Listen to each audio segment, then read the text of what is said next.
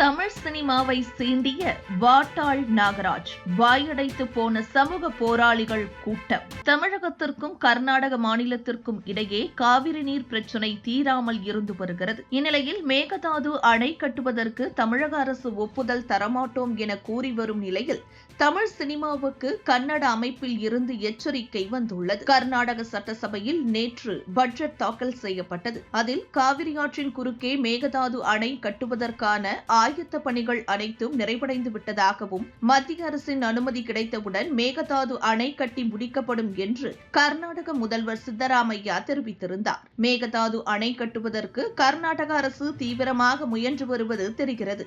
ஆனால் தமிழக நீர்வளத்துறை அமைச்சர் துரைமுருகன் தமிழக அரசின் ஒப்புதல் இல்லாமல் தலைகீழாக நின்றாலும் கர்நாடகாவால் மேகதாது அணையை கட்ட முடியாது என பதிலடி கொடுத்துள்ளார். ஏற்கனவே காவிரி அணையிலிருந்து நீர் திறந்துவிட தொடர் எதிர்ப்புகள் வந்தது. அப்போது குழு அமைத்து ஆலோசனை மட்டுமே மேற்கொண்டது தமிழக அரசியல் தரப்பில் இருந்து. ஆனால் முறையான தண்ணீர் கிடைக்கவில்லை என்பதே சாத்தியமானது.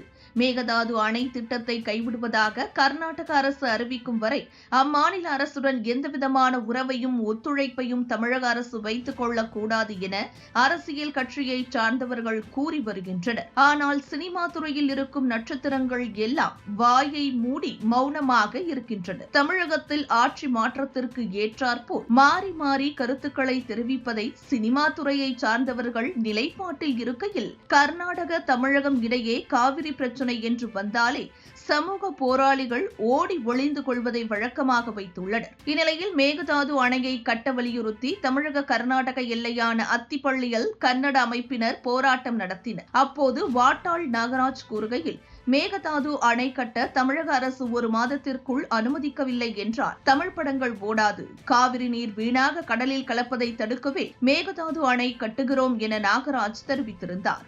இவரின் பேச்சுக்கு சினிமா ஆர்வலர்களிடையே எதிரான கருத்தை பெற்று வரும் நிலையில் சினிமாவில் இருக்கும் முக்கிய நடிகர்களிடம் இருந்து எந்த ஒரு கருத்தும் இதற்கு வரவில்லை.